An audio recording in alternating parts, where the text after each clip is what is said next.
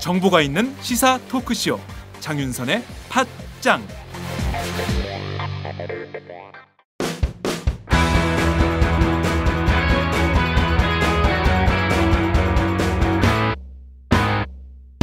색깔 있는 인터뷰.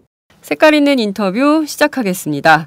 육군 28사단 윤일병 구타 사망 사건을 계기로 해서 지난 8월 민관군 병영문화혁신위원회가 출범을 했죠. 그 출범한 뒤로 군대 안의 폭력, 가혹행위를 근절하기 위한 개선안을 내놨는데요. 핵심 내용은 군사법원법 개정, 군형법 개정, 또 영내폭행과 모욕, 명예훼손죄도 신설한다라는 내용 등이 방침으로 나왔습니다. 실제 이 제도가 도입이 되면 병영문화혁신이 얼마나 되는 것인지 오늘 한번 살펴보도록 하겠습니다. 뿐만 아니라 최근 APEC, 동아시아 정상회의, 아세안 플러스 3 그리고 G20까지 아주 다자간 정상회의가 잇따라 열리고 있는데요. 이것이 국제정세에 미치는 영향 그리고 또 한국의 대외 정책이나 북핵 문제 또 각국의 전략이 어떻게 되는지 포괄적으로 살펴보도록 하겠습니다. 오늘도 어김없이 종창 브라더스 나오셨습니다. 제가 좀 오늘 앞이 길었죠? 네. 네. 뭐 괜찮습니다. 네. 아니 발음이 멋지던데요. G20. 내가 그것만 딱 들렸어요. G20. 제가 아메리카는 못 가봤지만 셋 중에 발음은 내가 잘 나은 것 같아. 아니 뭐 발음 좋고 목소리도 좋고. 그 저기 뭐냐 이번 정상회담 하는데 이제 박근혜 대통령 영어 안 하대? 왜냐면은 지난번에 실력을 다 보여주셨으니까. 아니 지난번에 이 마법의 편집장이 뭐라고 한번 했거든. 마편 때문이구나. 마편이 외국 가서 마법을 썼어. 영어 한다고 뭐라고 했어요. 역시 한번 뽀록 나니까 그 다음부터 외국어 못 하더라고. 그러니까 우리 장윤선 기자가 훨씬 발음이 좋아요. 고맙습니다. 아니 근데 저는 이렇게 한국말 발음도 안 좋지만은 영어 발음은 또 전라도 사투리를 해버리니까 영어도. 근데 쉽게 할 수 있는 건 뭐냐면 다른 건 잘 안 되지만은 T로 끝나는 거를 뭐 G20 이렇게 안 하고 G20 이렇게 하는 건 나도 되거든. 근데 그 정도 하면 상당히 기본이 됐다고 나는 딱 생각을 하는데 내 수준에 볼 때는 우리 장윤선 기자도 상당히 기본이 돼 있다라고 보니까요. 자, 이어서 계속 소개하도록 하겠습니다. 지난주에 이어서 촌철살인의 마법사, 기분 나쁠 땐 종편, 기분 좋을 땐 마편. 김종대 디펜스 21 편집장님 나오셨습니다. 안녕하십니까. 네, 풍자와 해악의 달인. 제 하나 또 새로 지어봤어요. 국사의 명수. 어때? 별로야? 역사의 명수? 그럴까? 요즘 수능이 안 나오는 거? 수능이 안 나오는 거. 근데 전혀 사주가 다른데 듣는 분들이 그 정도까지야 다 그렇게 생각하실까요? 예, 코리아 연구원 김창수 연구위원님 나오셨습니다. 네, 안녕하십니까? 네, 두 분을 기다리는 팬들이 형성이 됐어요. 이제 그 층이 생겨서 막 전화가 와요. 이번 주에 언제 나오냐. 그리고 왜 월요일인데 아직 안 띄웠냐. 너희들 놀고 있냐. 비판이 빗발쳐가지고 저희가 월요일은 자꾸 서두르게 돼요. 아 그래요? 네. 이 정도 인기일 줄 몰랐어. 근데 사실이에요? 그럼 진짜예요. 제가 진실만을 말하는 기자야. 지난주에도 똑같이 말했거든. 지난주에도 그랬거든.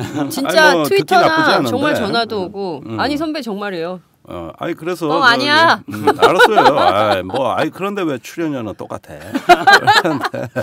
아니 농담이지만 꼬막도 없고 오늘은 막걸리도 앞으로 없고. 좀 이렇게 청취자들을 위해서 우리가 조금 더 다가가는 서비스도 한번 고민해 보자고요. 네. 아니 진짜 안보. 진짜 안보는 그 대중 강연 형태로도 하시더라고요. 맞습니다. 예. 네. 보니까 정욱식 소장? 대표 정욱식 대표, 평화네트워크 대표하고 두 분이 나서가지고 공개 강연도 하시더라고요. 그래서 어느 정도 우리가 더 뜨면 그 전화 요구가 더 빗발치게 되면 그때는 저희가 여러분들을 모시고 한번 해보는 걸 한 500명 규모면 되겠어요? 아니 한 1000명? 약속하지만은 그 정도면 서울광장으로 나갈까? 아니 서울광장까지는 거기는 우리는 봉사하러 가는 거고 우리는 위로하러 작은 인원이라도 저기 우리 청취자들 중에서 이렇게 좌절하고 힘드신 분들이 있으면 찾아가서 눈물을 닦아주는 이 인원수에 연연하지 말아야 돼. 인원수에 연연하지 말고 진정성으로 승부해야 됩니다. 네. 드디어 김종대 편집장이 딱 걸렸네 이제. 뭐 지난번까지만 하더라도 뭐 할 듯 말 듯 이 고정이라 그러나요? 네. 그렇게 하는데 오늘 말하는 거 보니까 확 걸렸어 이제. 장인선 기자한테 확 걸렸어. 마이크만 잡으면 사고 친다고 내가. 평소에 잘 나가다가 마이크만 잡으면 좋은 거예요. 예. 이 공개적인 약속 네. 이게 강해. 그리고 또 그거를 지키느라고 몸이 찢어져. 아우 속쓰려. 힘들어 막 여기저기 몸이 다 맞고 찢어지고, 다니 일정이 되게 많아요. 몸이 찢어지고 속이 쓰린 거는 김종대 편집장 이야기이기도 하지만은 네. 오늘날 대한민국 현실이기도 한데. 여기서 또 대한민국이 아픕니다. 치유해야 됩니다. 치유해야 돼요. 예. 네. 자, 본격적인 토론으로 들어가 보도록 하겠습니다. 자, 우선 한국일보가 단독 보도를 했어요. 아주 재밌어가지고 현재 4단계로 나뉘어져 있는 병사 계급을 용사로 일원화하는 방안이 추진이 된다. 왜냐하면 이 병사 상호 간의 명령이나 복종 관계에 따른 이 병영 사고 발생의 소지를 차단하기 위한 것이다. 그러니까 우리나라 지금까지 있었던 병사 제도가 용사 제도로 바뀐다. 일부 사실이에요. 그 3, 4단 같은 데 가면은 네. 실제 호칭이 용사입니다. 일부 부대에서는 그런 경우가 있는데 이번 얘기는 네. 그 계급까지도 바꾸겠다는 얘기예요. 네. 그런데 이건 확정된 거 아닙니다. 아직까지는. 예. 이런 게 검토가 되고 있는 거예요? 그렇죠. 그러니까 진짜 여기서 하나 더 짚고 나와요. 병영문화혁신위원이세요. 김종대 그렇죠. 편집장님. 예. 그 우리나라 모든 사회 현상도 그렇고 그 학교나 군대가 똑같습니다만 이 한국 문화에 아주 독특한 일면이 있습니다. 이 세분화된 서열화. 이건 정말 세계 유례가 없어요. 네. 예, 이 학교 가면 요즘은 많이 없어졌다 그러지만 교수 식당 이런 문화 한국밖에 없거든. 그리고 지난번에 말씀해 햄버거면 다 햄버거, 피자면 다 피자. 군대 가면 장군 식당. 그런데 그 내부로 들어가면 또 층층이 나눠지잖아요. 네. 미군 같으면은 그냥 저기 그 병사들 계급이 2개밖에 없어요. 예, 그런데 우리나라는 4개란 말이에요. 네. 근데 4개가 또 막상 들어가면은 이제는 저기 월 단위로 그 선우임을 또 끊는단 말이에요. 제가 군대 생활할 땐 주 단위였어요. 그러니까 주가 바뀌면 사흘 차이라도 평생 고참입니다. 심지어 사회 나와서도 존댓말이 나오더라니까. 사흘 차이로. 그런데 한국 또 학번 문화 되게 많죠. 학번 문화 거기에다가 이제 형님 문화. 형님 문화. 그러니까 모든 것을 아래 위 서열을 짓는 게 한국의 아주 독특한 문화예요. 대만 가보십시오. 장관이 운전사하고 같은 테이블에서 밥 먹어요. 덴마크는 다 자전거 타고 다니네요. 아니 나하고 김종대 편집장도 그래요. 김종대 편집장이 네. 그런 어떤 서열 문화를 깨려고 그러는지 모르겠지만 우리 지난번 시작할 때도 그랬지 않습니까? 제가 엄연히 한 살인데 그거 맘먹어요. 20년간 맘먹고 있어요. 그건 좀 다른 거. 근데 이건 뭐예요? 전역 6개월 정도 남긴 우수 용사는 분대장격인 용장. 그다음에 최전방 비무장지대 근무 용사는 임무 특성상 전사. 이게 또 헷갈려. 북한이야. 전사 80년대 김창수 선배 많이 들어보셨죠? 저기 김남주 시인의 전사라는 시 있지 않습니까? 맞아. 그래서 이게 지금 이런 식으로 실제로 변화하는 것이냐 아니냐에 대한 궁금증들이 많이 있는데 실제 그것은 아니다. 그런 것들은 검토 중이지만은 일부 비슷하게는 갈 걸로 예상이 됩니다. 그런데 사실은 또 얼핏 보면 서열의 단계를 완화시키는 것 같지만은 더 세분화하는 측면도 있어요. 예를 들어서 모범병사 3개월 더 근무시킨다는 겁니다. 네. 물론 본인 동의 하에서.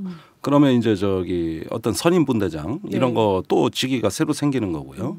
그다음에 이제 그 원래 병영생활 행동 강령에서 병 간의 상하 관계는 인정하지 않습니다만은 계속 이런 신분이 만들어지면서 이제 또 다른 서열화가 이제 있고 그러다 보니까 논란이 많아서 그렇게 쉽게 채택될 것 같지는 않습니다. 약간 언론이 오버했어요.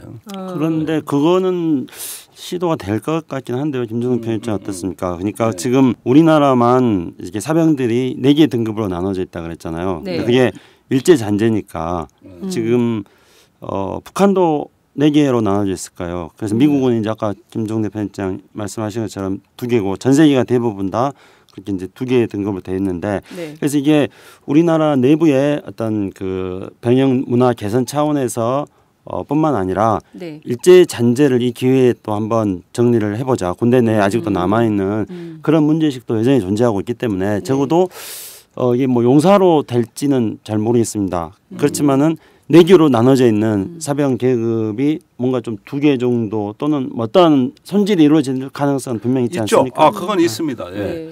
2등병 계급을 아예 없애는 방안도 검토 중에 그냥 1병부터 시작하고 3단계로 감축하는 안도 지금 고려 중에 있습니다. 가장 중요한 것은 그 어떤 병역 내에서 사적인 서열 관계를 어떻게 철폐하느냐. 네. 그다음에 동등한 인격으로 어떻게 동등한 자격으로 상호 존중하고 배려하느냐. 네. 이게 핵심이에요. 그거에 따라 계급 구조는 어떻게 변형돼도 좋습니다만은 지금의 서열과 어떤 차별, 그다음에 이제 상하 관계를 이렇게 그 어떤 사적으로 이 강화시키는 네. 이 인간관계만큼은 변화시켜야 되겠다. 그런데 앞서 이제 서열 그 구조 얘기하시니까 저도 생각이 나는 제가 국회 출입 기자잖아요. 네, 네. 국회에 가면 의원 식당이 따로 있어요. 네. 의원 식당 따로 있고 네. 그 일반 식당이 따로 있고 그렇죠. 그게 다 서열 구조가 돼 있는데 또 방문객은 더 비싸. 방문객은 더 비싸요. 네, 거기 네. 그 직원들은 좀 싸. 네. 그렇기도 하지만 그 문 있잖아요. 네. 의원회관 들어가는 문. 네. 그 들어가는 문도 가운데 문하고 양쪽에 측면에 2개의 문이 있는데 가운데에 들어가는 문은 통제를 해요. 의원 출입구. 의원 출입구라고.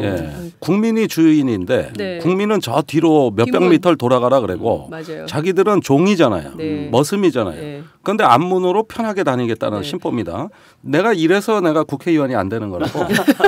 내가 국민의 종이 되고 싶지 국민의 군림하고 싶지 않아서. 않으니까 물론 하라 그러는 사람도 없지만 그리고 옛날엔 엘리베이터도 의원용이 따로 있었어요. 맞아요. 예, 지금 네. 검찰청 가면은 저기 그 어느 정도 직위 이상의 그 고위 검사들이 타는 엘리베이터 따로 있습니다. 네. 네, 이런 식으로 그 우리 비행기 타면은 뭐요? 1등석, 비즈니스석, 이코노미석 이렇게 갈라가지고 서열화. 완전히 그 저기 천막을 쳐버리지 않습니까? 못 다니게. 예, 이런 식의 어떤 것들의 잔재가 우리 사회에 너무 많은데 이것을 강화하고 문화적으로 체질화하는 게 군대입니다. 그러니 그 부조리가 사라질 리가 없죠. 네. 근데 병사들 일반적으로 개인화된 서열 문화 이런 것들 없애는 게 핵심이다 그러지 않았습니까? 그러니까 뭐 4개의 현재로 나눠져 있는 계급을 뭐 3개로 하든 뭐 2개로 하든 이렇게 하는 기본적인 거는 병사들 사이에서 형성되는 어떤 개인적인 사적인 서열 문화를 없애기 위한 그런 게 취지잖아요. 그렇습니다. 이런 취지를 살려나가야 되는데 저도 그래야 된다고 생각합니다. 네. 근데 그게 과연 될까 하는 생각이에요. 어떤 의구심이 있냐면은 과거에 2005년도에 연천에서 네. 김일병 사건 있지 않습니까? 있었죠. 오상봉 GP 사건. 맞아요. 오상봉 GP 사건이죠. 저도 기억나요. 그 취재했었어요. 아 그러셨어요? 네. 예, 저는 그걸 기억하는 게 그 김일병의 이름이 제 아들 이름하고 똑같아가지고. 그래요? 예, 그래 제가 이제 기억을 하고 그 당시에 그 피해자들, 피해자 가족들을 제가 조금 만난 적이 있었습니다. 근데 그 사건을 계기로 해가지고 그때 그 국방부 발의로 해가지고 2007년도인가요? 그 군인 복무 기본 규정 같은 것들을 병영생활 행동 강령을 만들었죠. 행동 강령을 만들었고 그다음에 국방부 입법을 해가지고 그 군인 복무 기본법 이거를 국방부 2007년도에 입법을 했어요. 거기에 보면은 그 이제 내용 중에 하나로서 어떤 개인적인 서열 이런 것들을 없애고 사적인 명령 같은 것들을 하지 않도록 한다는 그렇습니다. 그런 어떤 청원 조항 같은 것들이 있었거든요. 근데 그 조항 자체가 그게 국방부 아니었음에도 불구하고 군 내부에서 군의 기본 질서를 흐트러뜨린다는 이유로 해가지고 결국은 그 법이 국방부 입법안이었음에도 불구하고 국회 통과되지 않았잖아요. 자동 폐기됐어요. 자동 폐기됐잖아요. 그러니까 그 당시에도 그랬는데 지금 다시 또 재탕을 하고 있단 말입니다. 이게 가능하겠냐 그렇죠. 이거예요. 그러니까 그때 그 참 파격적인 개혁을 많이 했어요. 그런데 이명박 정부 되자마자 이상희 국방장관께서 아예 문서로 지시를 내렸습니다. 병간의 용어도 명령조로 해라. 그다음에 휴가 나가서 후임이 선임한테 격려해라. 이거 불가능한 짓입니다. 네. 자기가 지휘한 사단에서도 그거 못해요. 네, 왜 휴가까지 나가서 그래야 되는 거예요? 그러니까 이걸 체질화하라는 거예요. 서열 문화를. 이러니까 일선 지휘관들은 병영생활 행동 강령하고 다르네. 장관 지시를 따라야 돼. 이 행동 강령을 따라야 돼. 하다가 이게 자연스럽게 완전히 말아먹었어요. 그러고 나서 지금 병영문화혁신을 하는 것은 그때 한 개혁안하고 똑같은 거라면은 또 참여정부 베끼기가 되니까 어떻게 하든 새로 포장해야 되잖아. 그러니까 육군본부가 머리 아프겠어 안 아프겠어? 아플 것 같아. 혁신을 하긴 해야겠는데 과거하고 똑같이 할 수는 없고 새로운 것처럼 해야 되니까. 그리고 뭐가 됐든 참여정부하고 좀 닮지 않은 걸 해야 되잖아요. 그렇죠. 그러니까 그때 혁신을 했으면은 지금 이 혁신은 필요가 없는 거죠. 예, 구태여 이렇게 긴 먼 길을 뺑뺑 돌아갈 이유가 없는 거예요. 그 사이에 사건 사고는 계속 그렇죠. 있었던 거고요. 그러니까 더 많아졌어요. 더 많아져. 예. 그러니까 이상희 국방부 장관이 그런 기본적인 군 내부의 병역 문화를 바꿔 나가려고 하는 게 전투력을 약화시키는 거라고 봤던 거 아니에요. 군이라는 거는 위계 질서가 정확해야 되는데, 그러니까 그게 이제 제가 생각할 때는 일제 시대 때 일본의 어떤 병역 문화에서부터 벗어나지 못하는 그런 거죠. 근데 그게 이제 우리가 이것도 일제 시대 문화 아니에요? 사계급으로 나눠가지고. 이게 사계급도 일제 시대 문화이고 그게 개인적인 어떤 그 사적 명령 체계를 유지시키면서 이걸 바탕으로 해서 전투력을 극대화시키겠다는 발상도 일제 문화하고 다를 바 없는 것이죠. 근데 그게 이제 군이 근대화되지 않았다는 거예요. 그러니까 우리나라 군이 사실은 이 한국 전쟁 이후에 가장 앞서가는 우리 사회에서 앞서가는 집단이지 않았습니까? 외국 유학도 가장 많이 가고, 그러니까 기술적으로도 가장 앞선 기술을 가지고 있었고, 그런데 사실은 의식은 일제 시대 때 그 의식을 그대로 가지고 있고, 이게 근대화되지 않았고요. 그러니까 인권 의식이라든가 이런 기본적인 게 전혀 없었던 거죠. 그렇죠. 사실은 그런 문제부터 우리가 다시 짚어봐야 된다고 생각합니다. 그런데요, 육군 구사단 거기는 2년 전부터 연간 동기제를 시행하고 있다면서요. 근데 거기가 무슨 연간 동기제. 그래서 2013년 군번, 2014년 군번은 그냥 동기로 하는 모양이죠. 그래서 여기서 자살자 한 명도 없었다. 이걸로 해야 된다라는 주장도 있는 모양이에요. 그러니까 제가 분명히 말씀드리고 싶은 것은 우리가 그 굉장히 혼란기라고 할 수 있는 MB 정부 초기에 일부 지휘관들은 장관 지시지만 우리는 이미 주어진 병역문화 행동강령을 지키겠다. 이런 좋은 문화를 왜 장관이라고 해서 함부로 폐기하냐. 이렇게 개긴 장군들이 있어요. 그 뒤로 진급 다 떨어졌어요. 그런데 그렇지. 그런 부대가 주로 사고가 안 난 부대입니다. 대표적으로 육군단의 경우가 그렇습니다. 그 육군단장 정두군 장군은 존중과 배려 운동을 하면서 병사들 간에서도 이제 그 어떤 언어 폭력 무시하는 걸 철폐했어요. 거기 육군단은 사고가 안 납니다. 근데 바로 옆 군단 5군단은 지금 새누리당 한기호 의원이 군단장 하던 곳입니다. 바로 그 시점에 사고 다 거기서 났어요. 그래가지고 한기호 의원. 한기호 의원. 나 이거 분명히 이름 바꿔야 돼. 그래가지고 그 장관 지시를 철저히 따른 거예요. 이렇게 하니까 어떻게 돼? 뭐 다시 옛날로 돌아가니까 즉각 효과가 나타나죠. 그러니까 우리가 그 이렇게 어떤 그 서열을 완화시키는 이유는 뭐냐면은 서열이 만들어지면 사람을 전 인격적으로 지배해버리기 때문에 문제가 생기는 겁니다. 단순히 임무 수행에 업무에 관한 통제만 하는 것이 아니라 사적으로 모든 어떤 24시간을 전 인격적으로 지배하려고 하면은 지배하는 자와 지배받는 자로 병영이 양분됩니다. 그렇죠. 계급이. 그러면 한 사람은 권력이 너무 많고 한 사람은 손톱만한 자기 결정권도 없어요. 이런 권력의 극단적 비대칭성이 만든 게 윤일병 사건입니다. 그렇죠. 한 사람은 모든 걸 다 결정하고 한 사람은 물도 마음대로 못 먹고 밥도 못 먹어. 맞아. 화장실도 허락받고 가야 돼. 이런 인간관계에서 지배받는 자와 지배하는 자의 어떤 그 양극단화되는 현상. 이 자체가 이미 폭력입니다. 그렇죠. 이 자체가 이미 폭력이 되다 보니까 사단장은 어때? 내가 여군 와서 좀 건드릴 수도 있는 것이지. 뭐요? 저기 내 부하면은 나의 모든 부속품 또는 나의 확장된 육신이 되는 거예요.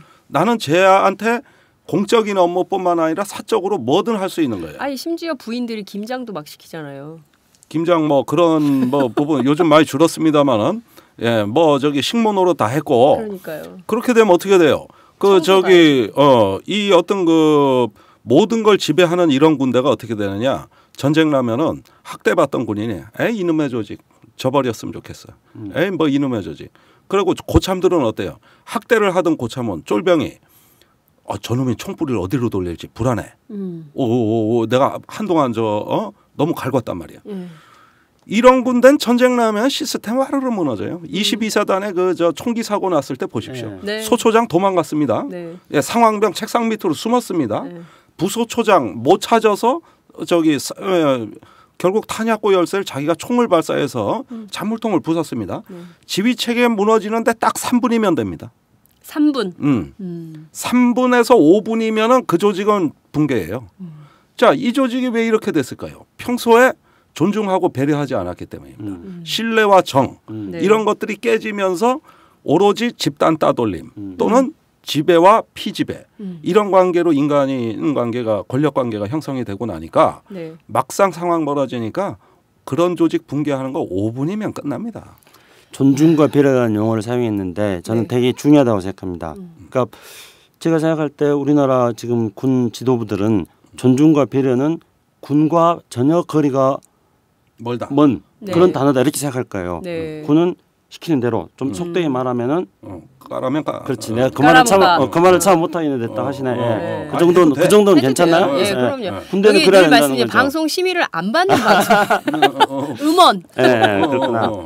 근데 이제 존중과 배려 무슨 얼어 죽을 존중과 배려는 이럴 거란 말입니다. 근데 저는 이게 출발이 될 거라고 생각해요. 우리나라 군대가 외국 유학도 많이 하고 가장 그 근대적인 어떤 문화에 접촉한 선진 집단이었던 건 사실이지 네. 않습니까? 60년대까지도 70년대까지도 그 당시에 60년대까지 보면은 우리나라 유학생의 비율이 군이 1위예요, 1위. 그러니까 가장 먼저 지금 외국, 20만 명 다녀왔어요. 총부적 수로. 네. 근데 어마어마한 숫자예요. 어마어마하게 20만 명이 국가가 유학을 보내준 거 아니에요? 국민들이 미국에. 세금 걷어가지고. 근데도 그런데 불구하고 갔다 사고 와가지고 방식은 지금 전근대적인 사고 방식에 그대로 머물러 있다는 것이죠. 그러니까 존중과 배려 이런 것들은 군대 문화와 전혀 거리가 먼 거다. 이런 발상을 바꿔야 되는 건데 거기 제가 볼 때 핵심은 이제 우리가 독일 이야기를 많이 하지만은 네.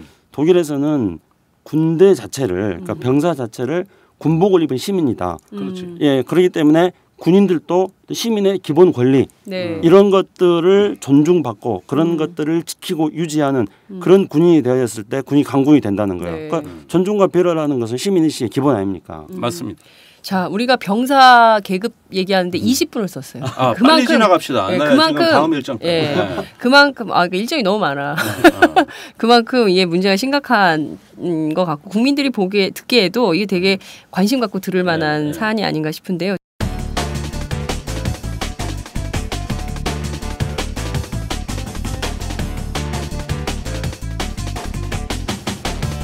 장윤선의 팟짱. 자, 우선 병역문화 혁신안 주요 내용이 나왔잖아요. 거기 보면은 군사법원법 개정을 하고 군형법도 개정하고 또 이제 영래 폭행이나 모욕, 명예훼손죄 뭐 이런 거 신설한다고 했는데 이런 것들이 쫙 도입이 되는 건 사실인지 만약에 이게 들어오면 진짜 병역문화가 혁신이 되는 건지. 그 궁금해요. 사실관계를 조금 설명드리자면 네. 총 25개 과제가 있죠. 얼마 전에 그 국회에서 공개가 된 건데 네. 그중에 3개 과제가 미확정입니다. 그것이 군사법제도 개혁하고 네. 옴부즈만이 있어요. 군 옴부즈만. 옴부즈만 제도 신설하고 네. 그다음에 군내 휴대폰 지급 이 3가지입니다. 그런데 그중에서도 제일 중요한 그 사법제도 개혁안하고 네. 옴부즈만이 지금 전체 회의를 통과를 못했어요. 병역혁신위원회. 나머지 너절너절한 건 다 됐는데 이게 안 된 겁니다. 핵심이네요, 이두 개가. 핵심이죠. 사실 제일 먼저 될 걸로 기대하고 사실 제가 사법제도 담당이에요. 네. 그런데 그 전체 회의에 회부해서 마땅히 통과된 걸 줄 알았는데 왜 안 되는 겁니까? 지난주에 안 됐어요. 왜 안 된 겁니까?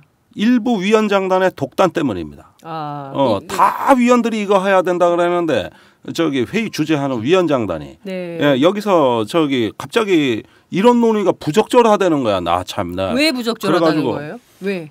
활동 기간이 3개월밖에 안 되는 이런 위원회가 어떤 사법 체계를 갖다가 이렇게 흔들고 또 이런 부담을 준다는 거에 대해서 자기는 부적절하다고 본다. 그래가지고 전 위원들이 눈이 땡그라진 거지 이제. 네. 완전히 멘붕이 된 거예요. 그래서 나머지만 국회로 간 겁니다. 네. 그러니까 사법제도는 지금 빠져 있는 거예요. 근데 제일 중요한 게 군사법원 문제 아닌가요? 말도 안 되는 군사법제도 때문에 이게 계속 가해자가 피해자들을 재판하고 이런 말도 안 되는 일이 벌어지고 이게 전쟁 때나 이뤄지는 군사재판이 지금도 버젓이 평시에 벌어지고 이런 문제들이 전혀 해결할 수 없는 과제로 미안의 과제로 또 남는 겁니까 그러면? 그러니까 이제 12월에 3차 전체 회의에도 이걸 상정 안 하면은 몇몇 위원들은 즉각 사퇴하고 성명 발표할 겁니다 아마. 그런데 이런 식으로 개혁의 물타기 내지는 어떤 그 초점 흐리기가 지속이 된다면은 이 위원회는 존립 근거가 없기 때문에 여기에서는 내부에 분열이 생길 거예요. 다 하겠다는데 불과 몇 명만 열해. 아니 근데 그 병영문화혁신위원회가 굉장히 위원들이 많잖아요. 네. 그 대규모 위원들이 있어서 과연 논의가 제대로 되겠냐 이런 우려도 있었는데 네. 그 소수 위원장단 몇 분 때문에 몇 명이에요? 그렇게 주장하는 분들이 까놓고 아니, 말해서 회의에서 2명이었어요. 아니 딱 2명 때문에 이게 논의가 중단된다는 게 있을 수 없는 일 같은데. 회의에 안건을 만들고 진행을 하고 그러는데 한 번만 더 기회를 주려고 합니다. 마지막 기회요. 만약에 위원장이 이런 식으로 또 회의 진행 계속한다. 네. 그러면은 뭐 이거는 저 병영문화 이제 저 파산 선고를 해야 돼. 김종대 선포. 한 번만 더 기회를 주겠다. 한 번만 더 기회를 주겠다. 네. 팟장을 통해서 김종대가 선포했다. 네. 근데 지금 중요한 게 아까 군사법제도뿐만 아니라 엄부즈만도 굉장히 중요하지 않습니까? 중요하죠. 그 우리가 지금 이제 군대 문제들이 최근에 자꾸 많이 드러나게 되는 거는 그 윤일병 사건 이후에 국민들이 군대 문제에 대한 관심이 많이 생겨지고 군대 내부에 있는 문제점들을 우리가 국민들에게 더 많이 알릴 수 있게 된 거 아닙니까? 네. 그러니까 여기에서도 알 수 있듯이 ombudsman 제도라는 게 정착이 된다면은 지금까지 28사단 사건 이후 윤일병 사건 이후에 드러났던 것보다도 훨씬 더 많은 문제들이 드러나게 될 것이고 그렇게 된다면은 해결할 수 있는 가능성이 더 높아진다는 거 아닙니까? 맞습니다. 그러니까 핵심적인 문제점은 군이 국가안보라는 성역 안에서 네. 온갖 비리를 다 감춰두고 있었던 것들을 폐쇄죠. 그렇죠. 폐쇄성을 바꾸는 거 아닙니까? 네. 투명성, 공개성을 바꾸는 건데 근데 ombudsman 제도가 그렇게 하기 위한 굉장히 유력한 방법이긴 한데 국방부 대변인이 보니까 군사 안보에 뭐 위협이 돼 국가 뭐 비밀에 위협이 되기 때문에 뭐 ombudsman 제도를 받아들일 수 없다. 그러니까 이런 사고 방식을 가지고 있는 한 제가 볼 때는 계속 안될것 전근대적으로 같아요. 갈 수밖에 없는. 근데 그러니까 여기서 전자권 전환 못하는 거야. 거기서 또 나오는구나.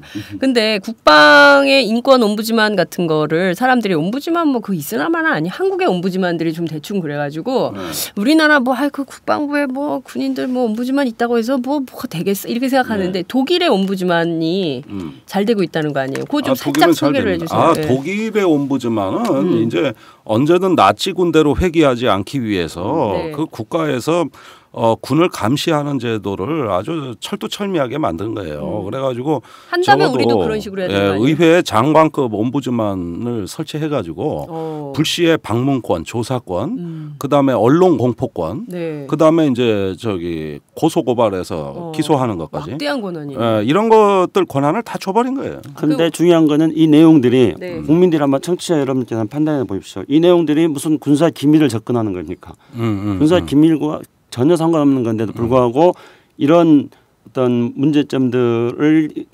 드러나는 것들을 원치 않기 때문에 그거를 군사 기밀이라는 이유로 덮어버리고 있는 거죠. 그러니까요. 인권 옴부즈만은 많으면 많을수록 좋은 거 아닌가요? 그래야지 안심하고 애들을 군대 보낼 수 있을 거 아닙니까? 저는 이런 제도의 존재 자체만으로도 우선 의미가 있다. 그걸로 군해주는 메시지가 있다고 봐요. 네. 그다음에 운용의 문제가 있습니다. 네. 물론 잘해야죠. 그러려면은 독립기관화 해야 됩니다. 그래서 설령 국방부에 둔다 하더라도 장관하고 같은 급으로 둬야 됩니다. 아니면은 국가인권위원회에 두거나 네. 또는 국무총리실에 두거나 네. 국민권익위원회나 국방부 산하조직으로 해서는 안 된다는 거죠. 가급적 그건 피해야 되고 아니면 국회가 하든가 해가지고 독립성과 전문성 네. 이걸 주기 위해서 장차관급으로 해야 돼요. 네. 네. 저희가 지난주 방송에서 네. 군대 이제 문민화해야 된다. 문민 통치를 시작해야 된다. 그러지 않고는 이 사고 더 이상 막을 길이 없다라고 얘기했는데 어떻게 보자면 이 인권 옴부즈만 제도가 네. 사실상 군을 문민화할 수 있는 하나의 시발점이 될 수도 있겠다. 이렇게 볼 수도 있나요? 아니 이제 문민화라는 건 그것만을 의미하는 건 아니라 네. 정부에 의한 국방 통제를 강화하자는 취지인데 이건 제도와 인사와 여러 가지가 따라야 되는 거고요. 네. 어쨌든 가장 중요한 건 문민이라는 말 표현이 좀 이상하지만은 시민이 군대를 왜 만듭니까? 많은 자원을 투입해서 잘 써먹자고 만든 겁니다. 그렇다면 시민 주권이 이 군의 어떤 그 운용되고 어떤 작동하는 메커니즘에 작용하게 함으로써 결국은 이제 어떤 그 군이 시민화되고 또 우리의 어떤 시민 주권이 관철되는 이런 군대가 돼야 되겠다는 거죠. 네. 말이 국민의 군대지 실제 하는 거 보면 자기들만의 군대 아닙니까? 이 통제가 단절이 돼 있단 말이죠. 네. 그것을 개방적 조직으로 바꾸고 어떤 그 시민 주권의 어떤 통제 이러려면 국방부가 뭐 하는 조직이냐면은 국민을 대리해서 군을 통제하는 조직이 돼야 되는데 네. 지금의 국방부는 저기 군을 대리해서 국민을 통제하는 조직이 됐다 이겁니다. 그렇죠. 예. 네. 그래서 여기는 문민 집단, 관료 집단이 하는 것이고 군인이 그럼 자기 의사 표현은 어떻게 하느냐, 자기 전문성을 어떻게 발휘하느냐, 그건 합동참모본부가 있는 겁니다. 그래서 국방부와 합동참모본부가 분리돼서 별도로 존재하는 것은 군인이 최고로 갈 수 있는 자리는 합참이라는 거예요. 거기서 자기의 군사적 전문성을 발휘하고 조언하라 이거예요. 근데 국방부는 그런 데가 아닙니다. 여기 왜 저 유니폼 입은 사람들이 얼짱거립니까? 아침에 참모총장, 오후에 국방장관. 아침에 합참의장, 오후에 국방장관. 옷만 갈아입으면 장관이래. 나 참나. 아니 외국에서 이거 법으로 금지한 거예요. 그래서 콜린 파웰이 저 국방장관이 못 되고 국무장관이 된 거 아닙니까? 법으로 안 되니까 자격이 안 돼서 군 출신 하면 어떻게 돼요? 자기 옛날 부하들 끌어모아 사조직 만들고 이러면서 어떤 그 편파적으로 국방을 운영하고 국민의 통제를 안 받으려 그럽니다. 이걸 바꿔야 된다는 거예요. 네. 알겠습니다. 오늘이네요. 월요일 날 그 병역문화혁신위원회 회의가 국회에서 열리죠. 네, 저도 출석합니다. 뭐 어떤 게, 그러니까 지난주에는 한민국 국방장관이 짙게 혼났어요. 국회 국방위에서 이 정도의 안을 놓고 병역문화혁신안이라고 할 수 있는 것이냐라면서 여야 가릴 것 없이 질타를 받은 것으로 알려지고 있는데 다음 주 회의에서는 그러니까 오늘 열리는 이 회의에서는 좀 어떤 근데 제가 한 가지만 말씀드릴게요. 환자가 응급실에 실려오면 어떡합니까? 심폐소생술부터 하잖아요. 응급조치부터 한단 말이에요. 어떤 고도의 의학이 동원돼서 치료를 하는 건 그 다음 문제 아닙니까? 일단 살려놓고 봐야 되잖아요. 네. 제가 병역문화혁신위에서 나온 안들을 쭉 보면은 이것이 혁신안인가에 대해 의문이 좀 있습니다. 여기에서 여러 가지 그 예산도 들이고 법도 바꾸고 뭐 여러 가지 규정도 바꾸고 하는 것들은 있는데 다분히 단기적인 대책들입니다. 그러니까 일단은 살려놓고 보자는 대책이에요. 네. 이걸 혁신안이라고 본다? 저는 좀 대단히 그건 미흡하다고 보고 그 이후에 어떤 중장기 과제를 좀 국회에서 지속할 수 있는 마침 특위도 만들어졌으니까 이런 어떤 활동이 이어가지 않으면 이 맥이 이거 병역문화혁신위원회로 끝나면 내년쯤이면 말짱 도루묵 됩니다. 또 사고 날. 원위치로 가 있어요. 수차례 반복하지 않았습니까? 지금까지 시지프스의 그 바이산의 돌 굴리기 같아요. 네, 맞습니다. 그나저나 그 군사재판 문제에 관련해서 군사법제도 개혁은 이번에 꼭 돼야 엄마들이 안심하고 군대 보낼 텐데 참 걱정입니다. 성희롱도 너무 많고요. 성폭행도 너무 많고요. 도대체 이거를 믿을 수 없는 군대가 돼버렸으니 계속 압력을 행사해 주셔야 돼요. 시민들이. 네, 알겠습니다. 자, 저희가 군 병역문화혁신위원회가 무슨 내용을 가지고 혁신을 하려고 하는지 그 실체적 진실에 대해서 접근을 좀 해봤는데 결론은 형편없다. 아직 멀었다. 아직 멀었다. 시민들이 더 많은 관심을 가지고 더 많은 압력을 넣어야 한다. 네, 라는 정도로 정리를 하면서 넘어가도록 하겠습니다.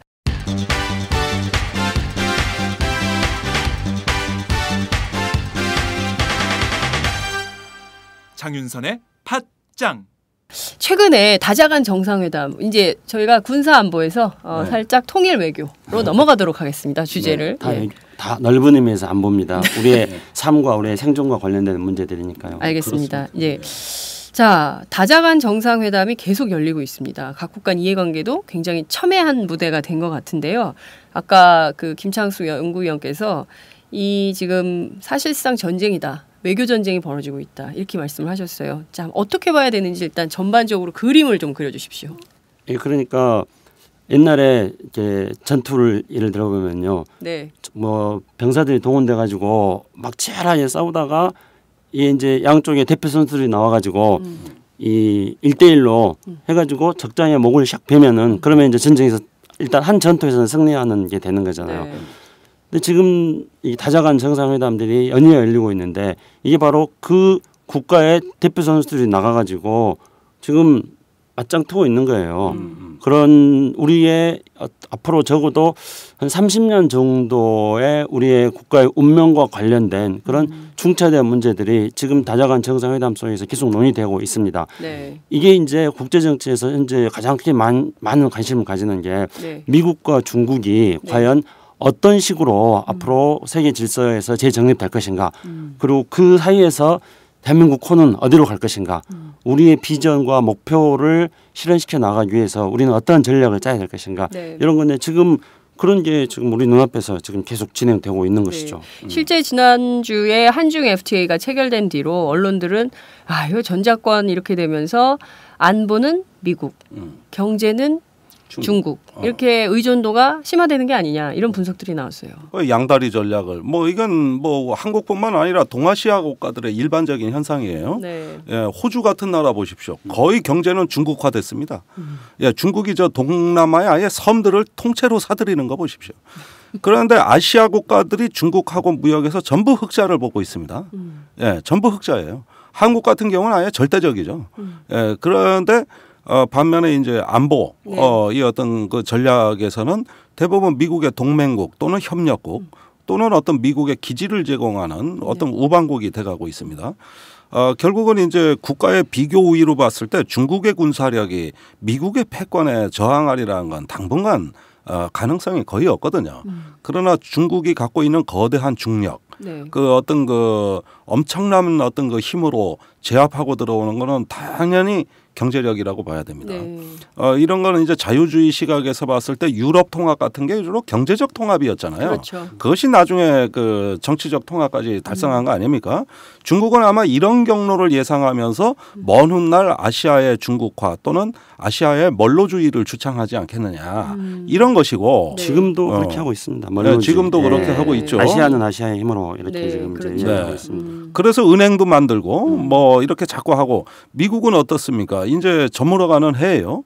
그러나 미국이 갖고 있는 압도적인 패권이라고 하는 것은 우선 그 누구도 따라갈 수 없는 그 엄청난 군사력, 그 다음에 미국이 만든 표준, 말하자면 어떤 민주주의와 시장 경제 또 어떤 자유무역 질서 이런 데서 미국이 창출해내는 어떤 수출하는 이념, 예, 이런 문화적인 것들 이런 것들은 아직까지는 그래도 중국을 앞서고 있단 말이죠.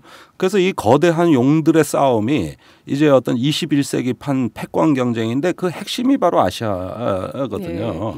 그 지금 벌어지고 있는 다자간 외교 무대가 사실상 그 양국의 패권에 둘러싸인 국가들이 끌려다니면서 어떻게 해야 되나 눈치도 좀 보고 막 이런 상황이 아닌가 싶은 생각이 좀 드는데요. 그렇죠? 그렇죠. 지금 이제 우리 김종대 편집장님 말씀이 이제 미중 사이에서 양다리 외교다 이렇게 했는데 이제 지금 현실적으로 그런 거죠. 이거를 이제 참여정부 시절에는 균형 외교다 이렇게 이야기했었고, 그래 균형 외교라 이야기해가지고 지금도 그런 용어 써요. 그렇죠. 네. 그러니까 그때 균형 외교라 해가지고 난리가 났습니다. 보수 언론이 얘네들이 무슨 균형 외교를 할 수 있는 힘이 있다고 쉽게 말해서 건방지게 균형 외교 한다 그러느냐. 미국에 불경하게. 그렇죠. 저기 큰형님이 계시는데 이런 거였는데 이제 박근혜 정부도 지금 균형 외교라는 용어를 사용하고 있습니다. 근데 제가 볼 때는 무늬만 균형 외교가 아닌가 생각이 듭니다. 그러니까 균형 외교라는 거는 우리가 중심과 전략이 있고 그래서 미중 사이에서 새는 양날개로 날듯이 우리는 왼쪽으로는 중국을 날개로 하고 오른쪽으로는 미국을 날개로 해가지고 21세기 대항해를 우리가 해야 되는데 그건 이제 중심이 있는 거잖아요. 중심과 전략이 있어야지. 근데 중심과 전략이 없습니다. 그래서 걱정이 조금 돼요. 걱정은 이 양다리 외교가 중국이 내 왼쪽 다리를 잡아당기고 미국이 내 오른쪽 다리를 잡아당기고 그럼 어떻게 되겠습니까?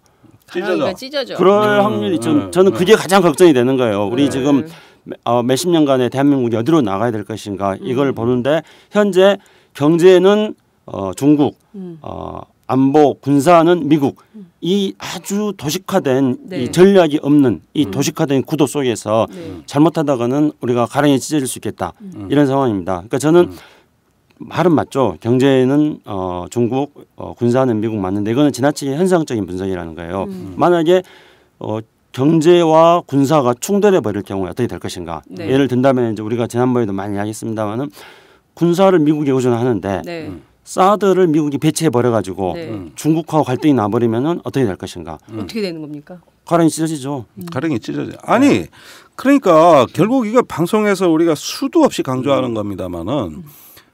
그런 사드웨 논란에서 볼 수도 있습니다만은 이 가랭이 찢어지는 상황은 뭘 말하는 거냐면 한반도가 국제 분쟁의 열점이 됐다는 뜻이에요. 그 열점이 되는 분쟁 요인을 해소하면 가랭이가 안 찢어질 수가 있는 거예요. 그게 바로 중심과 전략이라는 겁니다.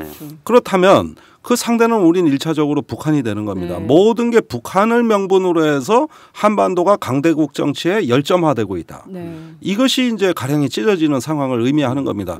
그 상황을 만들지 말아야 되는 거죠. 그렇죠. 지금 이제 우리가 중국하고 뭐 FTA하고 뭐 이게 지금 사실 어디로 갈지 지난번에 네. 이혜영 교수 나와가지고 이혜영 이제 교수. 말씀하셨는데 굉장히 불확실합니다. 그런데 지금 현재 알려진 것만을 가지고도 우리가 비교 우위에 있는 것들은 대중 수출이 많이 되고 그래서 우리가 경제적 이익을 얻을 것이다. 네. 이렇게 지금 말하지 않습니까? 근데 네. 그것도 지나치게 근시안적인 단기적 사고라는 것입니다. 중국은 아시아에 지금 용광로 같이 모든 것들을 다 블랙홀로 지금 빨아들이고 네. 있는 상태입니다. 그리고 세계 최고의 이 복제 능력, 짝퉁 능력 네. 이런 게 있지 않습니까? 옛날에 우리가 더 잘했는데. 우리 예. 해적판으로 공부했잖아요. 네. 그런데 우리가 지금 백판. 우리가 비교 위에 있는 것도 중국이 급속하게 카피를 해버립니다. 그랬을 경우에는 결국은 우리의 안방까지도 중국이 복제한 게 침투해 들어오고 심지어 가장 우리의 영혼이 담겨 있는 한류라고 할 수 있는 감히 중국이 우리의 영혼까지도 복사할 수 없을 거라고 생각합니다. 근데 그것도 저는 가능하다고 생각해요. 몇 년 안에. 그렇기 때문에 중국이 우리한테 한중 관계 속에서 한국이 안보를 미국에 의존하면서 그것이 중국의 안보에 위협이 될 때 네. 중국은 우리를 위협할 수 있는 수단을 가져버리게 되는 것이죠. 중국이 우리에게 기침을 해버리면은 우리는 네. 몸살을 알아버리는 네. 그런 지금 상황으로 가고 있습니다. 실제로 최근에 중국 언론 인민일보가 그 이제 시진핑 주석이 에이펙 정상회의 그 참가국 각국 정상들 불러서 모아서 환영 연회를 열었잖아요. 이거를 만방레조. 온 주변 국가가 조공을 바치러 온다. 이런 뜻의 비유를 해서 지금 아주 굉장히 네티즌들이 문제가 세게 되고 있어요. 그러니까 실제로 중국이 예. 지금 아시아에서 자기 패권이 보다 더 확고해지고 있는 전략으로 이번 에이펙 회의를 활용했던 측면도 있는 거 아닌가 이렇게 보이는 거죠. 일단은 중국은 성공했죠. 실제로 이제 중국이 성공한 걸로 몇 가지가 딱 보이는데요. 아시아 태평양 자유무역지대 네. 중국이 추진하고 있는 FTA, AP. 예. 이 FTA, AP에 한국이 참여하기로 했잖아요. 그랬죠. 근데 미국은 사실은 중국에 대해서 자유시장 제도 또는 아까 김정일 편집장이 말씀하셨던 여러 가지 표준화된 미국이 비교 우위에 있는 것들을 가지고 중국을 변화시켜 나가기 위한 그런 것들을 염두에 두면서 TPP 아시아에서 이제 이런 한태평양 그 무역 협력 이런 것들을 추진해 나가려고 하는데 아시아 국가들은 상당히 많은 나라들이 심지어 박근혜 대통령조차도 중국이 추진하는 네. FTA, AP에 참석하기로 해버렸단 말입니다. 중국이 거둔 성과죠. 그런데 아시아 국가들이 그렇게 할 수밖에 없는 거는 아시아의 상품 수출이 10년 전에는 아시아 상품 수출의 총량이 24% 정도가 대미 수출이었습니다. 네. 근데 지금 그게 14% 정도로 확 줄어버렸어요. 나머지는 전부 중국에 수출을 하고 있거든요. 중국과 무역을 하고 있는 거죠. 그러니까 전부 중국에 경제적으로 의존할 수밖에 없는 중국과 교역을 해야 되기 때문에 중국 주도의 아시아 경제 질서에 좀 참여하고 있는 거죠. 네. 근데 이것뿐만이 아니라 중국의 보관을 봐야 됩니다. 그러니까 중국은 이번에 에이펙에서 그런 아시아 태평양 자유무역 지대를 만들고 미국이 주도하는 TPP보다 지금 한 걸음 앞서 나가려고 시도를 하지 않았습니까? 네. 그런데 바로 전에 에이펙에 참여하지 않는 중앙아시아 국가들을 네. 에이펙 하기 전에 불러가지고 중앙아시아 국가들과 함께 신실크로드 지금 전략을 추진하고 있습니다. 그래서 신실크로드를 만드는데 바다와 그다음에 육지로 신실크로드를 만드는데 중국이 400억을 투자하겠다 이렇게 하고 있습니다. 그러니까 중국은 경제무역지대를 만들면서 동시에 중앙아시아까지 다 끌어들이고 있는 거죠. 그래서 그거를 이제 중국 시진핑이 했던 용어로 1대1로라 그럽니다. 그러니까 하나의 경제무역지대 1대 네. 지대와 하나의 길 실크로드 중국말로 로니까요. 그래서 1대1로라는 걸 통해 가지고 중앙아시아로 진출하면서 또 동북아시아 동아시아는 또 한태평양 그 경제무역지대로 또 묶어 나가는 네. 이런 식의 이제 거대 전략을 가지고 아시아의 경제적 중심 국가로서 중국이 자기의 이제 계획을 지금 실행해 나가고 있는 것입니다. 그러면서 미국과의 관계에 대해서도 옛날에는 이제 좀 미국에 대해서 조금 이제 조심하고 네. 뭐 사실은 좀 꼬리도 살짝 내리고 그랬는데 시진핑 네. 그렇죠. 시진핑이 등장해가지고는 주동 자기 할 말을 하겠다 이렇게 큰 소리 딱 치고 그리고 이제 제가 잘 아는 저의 이 중국 저의 그 뭐라 그러나요? 취재원? 네, 취재원. 정통한 소식통. 네, 이 정보원. 네, 정통한 소식통에 따르면은 지금 이 에이펙 회의 이후에 시진핑 주석의 인기가 중국 시민들, 중국 국민들 사이에서 급상승하고 있답니다. 왜냐하면은 뭐 조공 막 그렇게 말씀하지 않았습니까? 조공. 중국 사람들이. 네. 근데 아베를 딱 불러가지고 다른 나라 사람들하고는 다른 나라 정상들하고 환한 미소. 시진핑이 그 특유한 그 인자하고 환한 미소, 샥 날려주고 네. 아베한테 인상 한번 팍 썼잖아요. 아베 손 잡으면서 인상 한번 팍 쓰니까 중국 국민들이 그거에 대해서 또 그렇게 통쾌하게 생각하면서 시진핑의 지지가 굉장히 올라가고 그래서 시진핑은 결국은 중국은 자신들이 중화다. 네. 그 주변의 나라들은 전부 자신들에게 과거의 중화 질서가 주변 국가들이 조공바치는 관계로서 중화 질서가 이루어지지 않았습니까? 이 질서가 지금 재현되는 거다. 중국 사람들은 그렇게 생각하고 있는 거죠. 글쎄 그러면서 지금 한반도 주변 정세가 아주 숨가쁘게 변화하고 있습니다. 그러면서도 이제 중국과 일본의 경제적 상호 의존 관계는 사상 유례가 없이 치솟아서 얼마 있으면은 저렇게 어떤 정치적으로는 시진핑의 제스처가 나왔지만 중일 간에도 또 다른 밀월 관계가 형성되는 영역이 나옵니다. 그다음에 북한과 일본 간에 그렇습니다. 그렇죠. 미국과 북한 간에 그렇습니다. 이러면서 어떤 그 외교 안보라는 것은 이제 본격적인 지략 전쟁의 양상으로 갔다.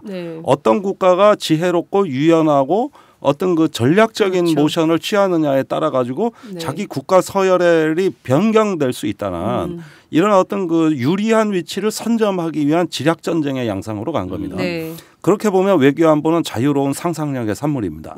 이 어떤 그 우리가 스스로 우리 운명을 결정할 수 있고 자주적으로 이 어떤 거친 파도를 헤쳐나갈 수 있는 이런 국가의 준비 정도가 잘 돼 있는 나라가 앞으로 전략적으로 유리한 고지를 선점하게 됩니다. 이건 바로 외교 안보의 어떤 그 장기적인 안목에서 바라보는 자유로운 상상력이 그 국가의 어떤 이익을 도모합니다.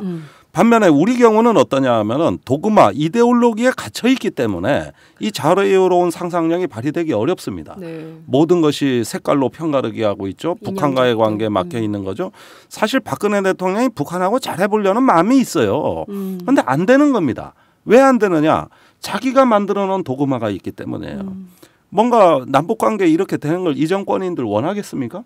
그러나 스스로 만들어 놓은 도그마를 넘어서기가 어려운 거예요. 그러니까 B라도 못 막잖아. B라도 못 막고 표현의 자유라는 거예요. 그러니까 이런 부분들을 넘어설 수 있는 것은 우리의 감금된 상상력을 해방시켜야 됩니다. 어떤 저 감옥의 문을 터야 된단 말이죠. 그것이 우리한테 주어진 어떤 이데올로기의 감옥, 도그마의 감옥이란 말이에요. 멋진 표현입니다. 그 B라도 못 막으면서 그 무능함을 보여주지 않았습니까? 그 남북관계를 악화시키지 않았습니까? 그럼에도 불구하고 한중 관계 속에서 우리가 어떻게 해야 될 것인지 과연 우리가 B라도 못 막는 이런 무기력한 모습을 보여주면서 왼쪽으로는 중국, 오른쪽으로는 미국을 우리가 끼고 양날개로 해가지고 21세기로 우리가 항의를 할 수 있는 그런 전략이 있는 건지 그 지금 김종익 편집장님 멋진 말 해주셨는데 이제 지략의 시대라고 그러지 않았습니까?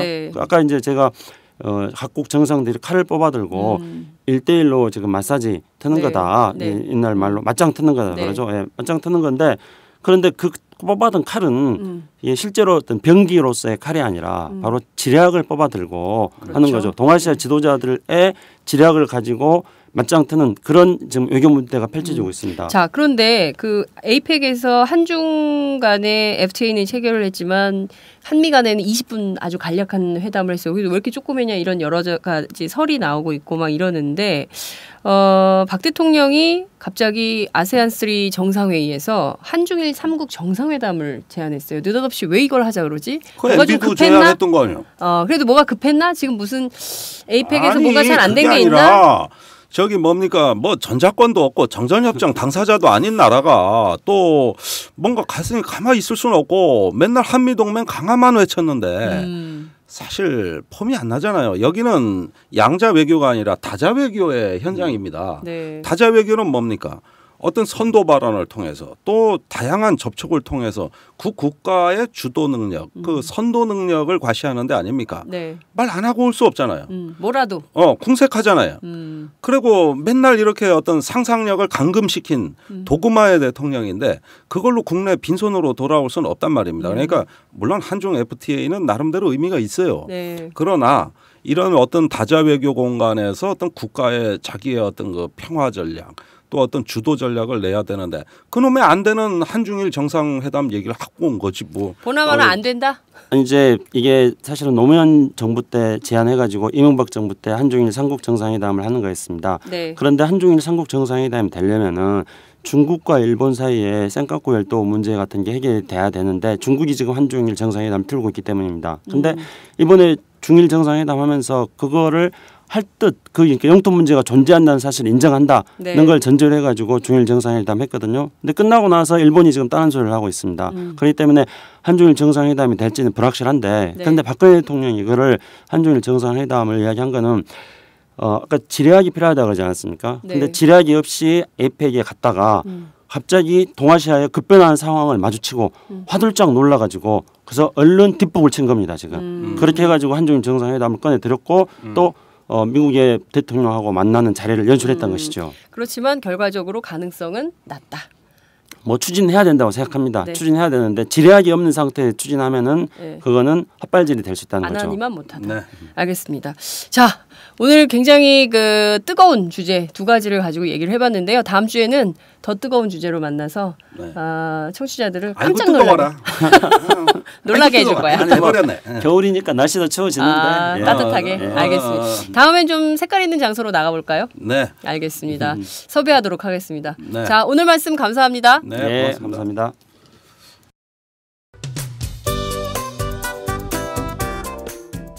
안녕하세요. 장윤선의 팟짱 애청자 여러분. 저는 김병기입니다. 전에는 편집국장이었는데요. 지금은 10만인 클럽 회원이자 본부장 맡고 있습니다. 그런데 10만인 클럽이 뭐지? 이렇게 궁금해하시는 분들 많으실 겁니다. 오마이뉴스에 자발적으로 구독료를 내는 시민들의 모임입니다. 지금 매월 후원해주시는 분이 몇 명이죠? 8,000명이요. 그럼 앞으로 몇 명을 모아야 합니까? 10만 명이요. 참, 갈 길이 멉니다. 그런데 조중동 구독자는 많게는 100만. 이래서 진보 언론 살아남을 수 있을까요? 10만인 클럽 후원으로 만들어지는 팟짱 응원하고 싶으시다고요? 지금 전화주세요. 02-733-5505로 전화하셔서 내 손번호 274를 꾹 누르세요. 오마이뉴스 기사의 모든 기사 하단에 동그란 주황색 배너를 누르셔도 됩니다. 여러분들의 참여로 팟짱이 웃음소리 더 커질 수 있습니다. 감사합니다.